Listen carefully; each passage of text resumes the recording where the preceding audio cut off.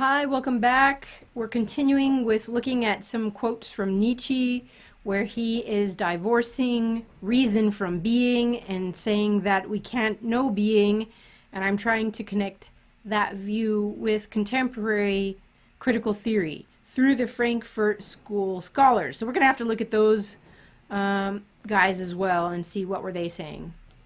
Well, I guess not all of them were guys. But let's look at some quotes here, and I'm sorry if you think this is boring, but I think it's exciting, and also it helps us to name things correctly. We want a rectification of names. All right, Birth of Tragedy is the next book I looked at, and this is the only real good quote I got about reason from that book, but let's look at it. We find a type of deep-seated illusion, first manifested in Socrates, the illusion that thought, guided by the thread of causation, might plumb the farthest abysses of being and even correct it. This grand metaphysical illusion has become integrated to the scientific endeavor and again leads science to those far limits of its inquiry where it becomes art, which in this mechanism is what is really intended. Now, this is my little take on it. By art here, Nietzsche seems to mean the creation of myth. Socrates and most of science create myths in the propagation of the illusion that thought can plumb the farthest abysses of being. So a number of things about this quote. First, Socrates is the first to have a deep-seated illusion. Socrates the philosopher, and it is about thought guided by causation, understanding being, and even correcting being. Does being need to be corrected? I think it does. There's stuff out there that needs to be developed and understood in the world. This grand metaphysical illusion, now remember, metaphysics is that area of philosophy that asks what is real. The Frankfurt School scholars and all post-Nietzschean philosophers are going to jettison doing metaphysics. That is a universal. So Socrates was in error in thinking we could understand being, and that's his metaphysical illusion. And it became integrated into the scientific endeavor. Why? Because science was inquiring into the nature of material being. Now notice what Nietzsche is saying, that science is really an art. And by an art, he means myth making. Science is a story. Science is a language game. It's a narrative that we've created, and we forgot we created it. So philosophy is a narrative, science is a narrative, and these narratives are fictions, myths. We might need myths to understand the world, but we need to remember that all they are is myth. So what we get from this quote is, we don't do metaphysics. Reason does not apply to being. That's a myth that Socrates tells us. Science is another myth. We don't understand being through science. These are myths that are language games. Does this sound like something you hear in critical theory? All right, let's move on. Oh, I love these quotes. Truth and lie in an extra moral sense. I was going to make you go through the whole essay with me, but it would probably be tedious and I'd get 5 views on that video. But let's look at these quotes. This is, okay, Nietzsche's essay on truth and lie in an extra moral sense is excellent. You should look it up online and read it carefully 5 times. But here are some quotes.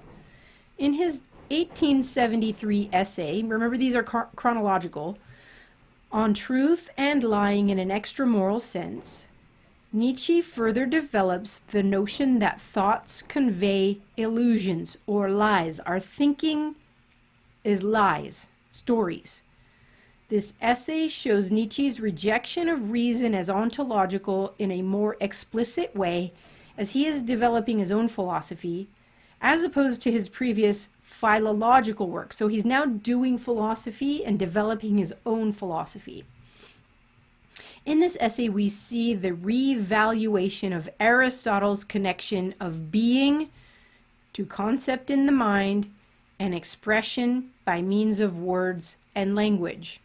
Instead, Nietzsche sees the process as sensation giving rise to nerve stimuli, which produce an image. Where is the image, though? Which in turn is expressed in sounds or words. From these words, we create concepts. Words are the lies we make up in the form of metaphors of things. These words do not correspond to things in themselves. We have forgotten that words are just metaphors. All right, so these aren't quite quotes from Nietzsche yet, but notice the distinction. And I go over this in depth in my book, Retrieving Knowledge. Aristotle thought concepts were in the mind, the nature of things are in the world, concepts grasp the essential nature of a thing, and then we express that with words, terms, or symbols. Ideas are expressed by words. So there's this process of perceiving, conceiving, and then language. Nietzsche reverses the order. He goes to sensation, nerve stimuli, image somewhere, and then words. So there's no conception. He takes out the role of thinking. There's sensing and myth making. This is consistent with his empiricism. All of our knowledge is through the senses. His is a radical empiricism, remember. Now, here are some quotes from this essay. The thing in itself, which would be pure, disinterested truth, is also absolutely incomprehensible to the creator of language and not worth seeking. So this was also something Immanuel Kant said, sort of. We can't know the thing in itself. We can't know being out there. All we know is our perception, and we give it an interpretation. That may be somewhat true, that there's an interpretive aspect to our perception. But notice what's taken out of here. Reason grasping truth. The thing in itself is being, and it's incomprehensible to the person who's speaking, the creator of language. Language is the art of humans. That may be true, but I don't know if language originates with humans. Just saying. The thing in itself is out there, and it's incomprehensible to the humans who talk about it. Is this something we find in critical theory? Is it the reason why we could have gender fluidity?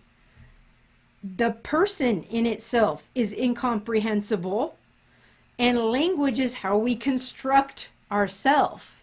And what I say I am is what I am.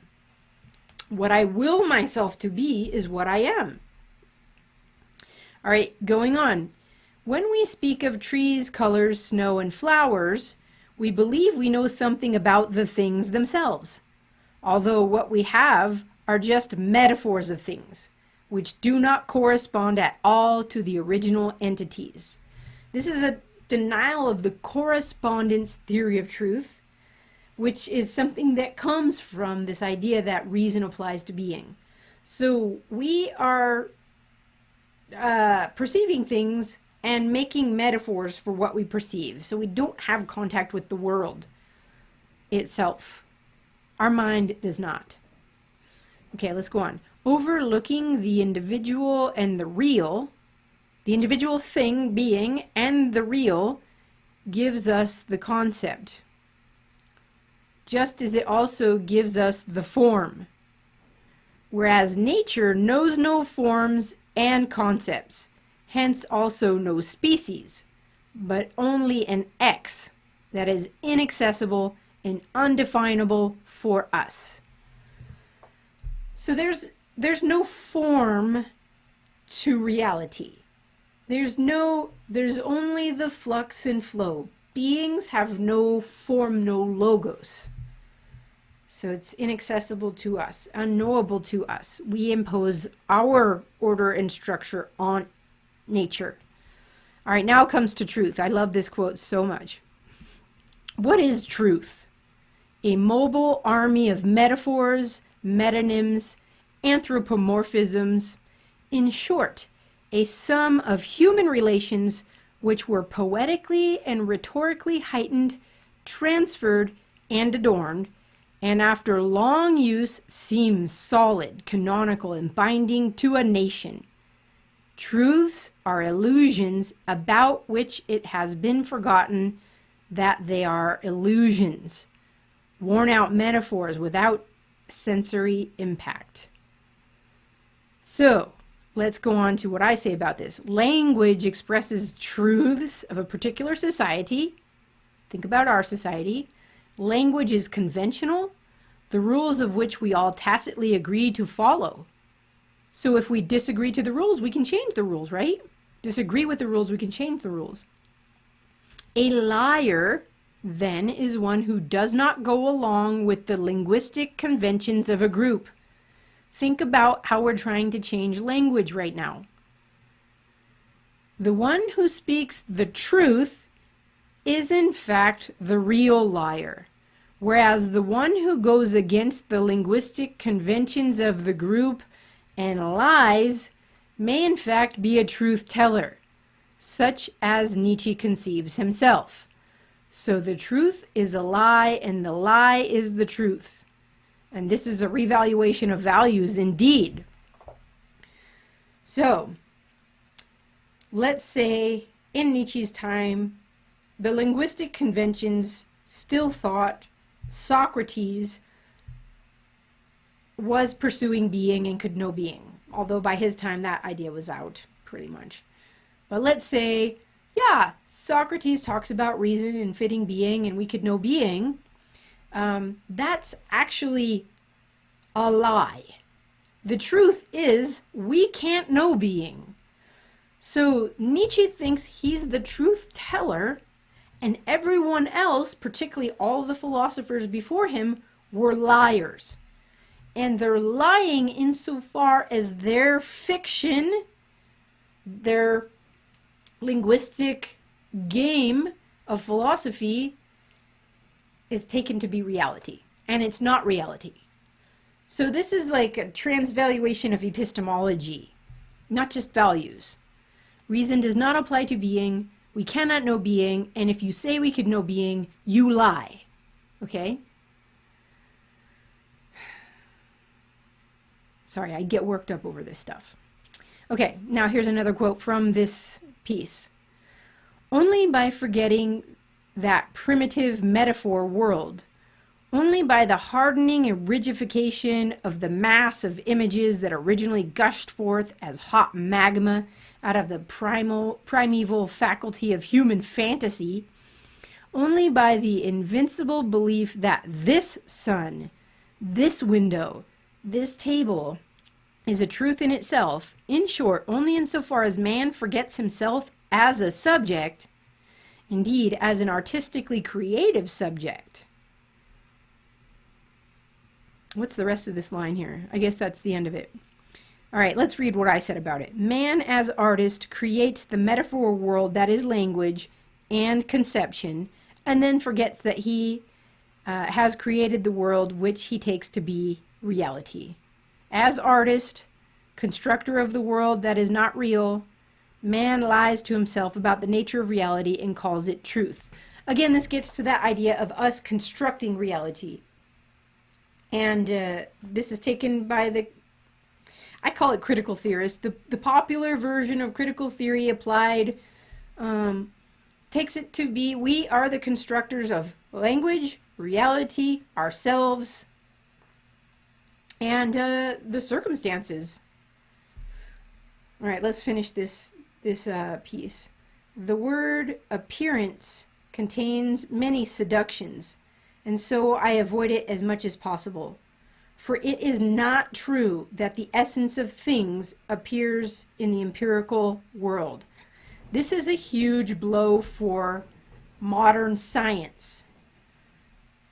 Science thinks, I don't want to say science thinks, modern science holds that our senses are in touch with real objects in the real world that can be known. And Nietzsche is saying that too is not true. It is not true that the essence of things in the world appears in the empirical world. The essence of things does not appear in the empirical world. So I like to use the example of the periodic table of elements. I read about Madame Curie and her discovery of the element polonium.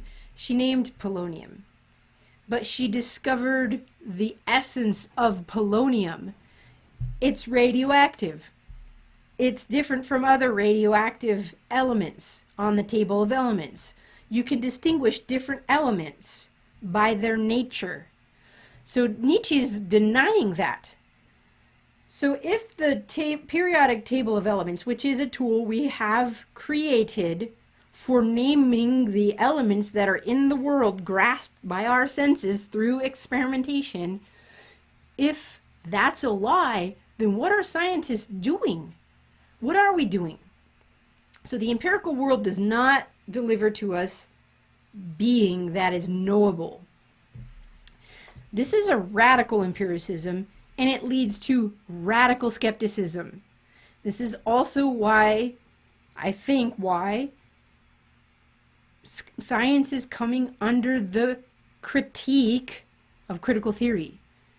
Because science claims to be objective, but it itself is a language game.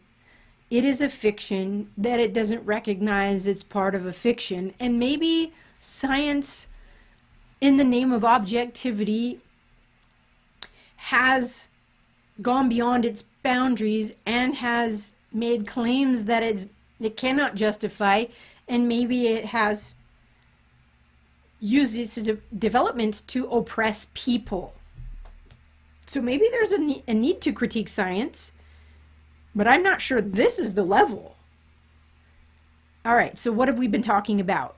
We've been talking about some quotes from Nietzsche's Truth and Lie in an Extramoral Sense and The Birth of Tragedy, about his view on reason, language, the knowability of being, application to science, and how it is taken up by critical theorists. And I still have to make that case that the Frankfurt School scholars adopt this view in a sense, and that gets worked out in the popular applications of critical theory that's affecting culture today. All right, I'm going to pause here. I kind of want to continue going through this list of quotes, even if it takes 4 videos or 5 videos, because I think it's worth it. I hope you'll hang with me. I know some people want, let's just talk about Black Lives Matter and, the real stuff. I don't think that's the real stuff. I think this is the real stuff. And if we don't deal with this, then the downstream cultural political stuff will just continue to get worse. This is the heart of the matter. And if I'm wrong, please show me. I love getting critiques. Okay. They have to be relevant critiques, though. I know I've got guys out there who want to critique me, but they didn't get to the heart of the matter. This is the heart of the matter. Guys who want to critique me, do you think reason is ontological? And if you don't, I'm not going to talk to you. Okay, rant over. Don't forget to like, subscribe, and share. Because if you subscribe, then I don't have to remind you to go see my videos. Thank you.